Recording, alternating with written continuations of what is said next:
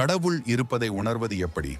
கடவுளிடம் பக்தி கொண்ட ஒருவர்தான் கடவுளை உணர முடியாததால் அது குறித்து கேட்க ஒரு மகானிடம் சென்றார். கடவுள் எங்கு இருப்பார்? எப்படி இருப்பார்? அவரை உணர்வது எப்படி என்று அந்த மகானிடம் அவர் கேட்டார். அதற்கு அந்த மகான், கடவுள் எல்லா இடங்களிலும் இருக்கிறார். சர்வ ஞானமும் பெற்ற அழியாத பேரின்பம் நிறைந்த வடிவம்தான் கடவுள். நீயும் கடவுள்தான் என்றார். அதற்கு பக்தர், அப்படியானால் ஏன் என்னால் உணர முடியவில்லை என்று வினவினார். அதற்கு அந்த மகான் மிக அழகாக, உன் எண்ணங்களில் அவர் இருக்கிறார். ஆனால் உன் எண்ணம் உலகத்தில் நடக்கும் விஷயங்களில் சூழ்ந்திருப்பதால் அவரை உணர முடியவில்லை என்று பதிலளித்தார். இப்படி பல வழிகளில் அந்த மகான் உண்மையை புரிய வைக்க முயன்றார். ஆனால் அந்த பக்தரோ அதை புரிந்து கொள்ள முடியாமல் தவித்தார். இறுதியாக அந்த பக்தரை ஹரித்வாருக்கு செல்லும்படி அந்த மகான் கூறினார். அங்குள்ள கங்கை நதியில் ஒரு அபூர்வமான வண்ணத்தை கொண்ட ஒரு மீன் இருக்கின்றது என்றும் சொன்னார். மேலும் மனிதர்கள் போலவே பேசும் குரல் அதற்கு இருப்பதால் உன் கேள்விகளுக்கு பதில் கிடைக்கும் என்றும் சொன்னார். உடனடியாக மகானின் பாதங்களில் விழுந்து ஆசீர்வாதம் பெற்று ஹரித்வாருக்கு புறப்பட்டார். அபூர்வமான மீனின் வருகைக்கு காத்து கொண்டிருந்தார். அந்த சமயம், கடவுள் எங்கு இருக்கிறார், எப்படி அவரை உணர முடியும் என்ற கேள்விகளை கேட்டுக்கொண்டே உட்கார்ந்திருந்தார்.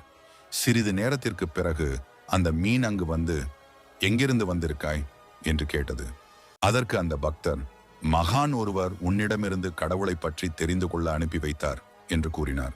அதற்கு அந்த மீன், எனக்கு 7 நாட்களாக ஒரே தாகம், எங்கு தண்ணீர் கிடைக்கும் என்று கேட்டது.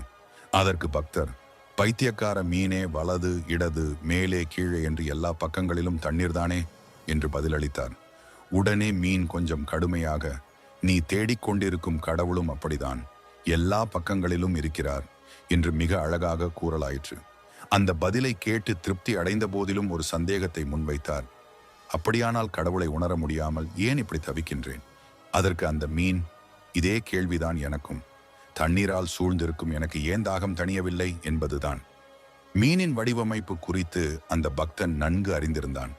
ஆகையால் மீன் எப்படி நீந்தினால் அதன் வாயில் தண்ணீர் சென்று அதன் தாகம் தணியும் என்பதை அவன் மீனிற்கு எடுத்துரைத்தான். உடனே மீன், எப்படி நீந்தினால் என் தாகம் தணியும் என்று நீங்கள் கூறியது போல, கடவுளை உணர நீங்கள் முயற்சி செய்தால் நீங்கள் கடவுளை உணரலாம். ஆசைகளை திசை திருப்பி கடவுளின் மேல் செலுத்த வேண்டும்.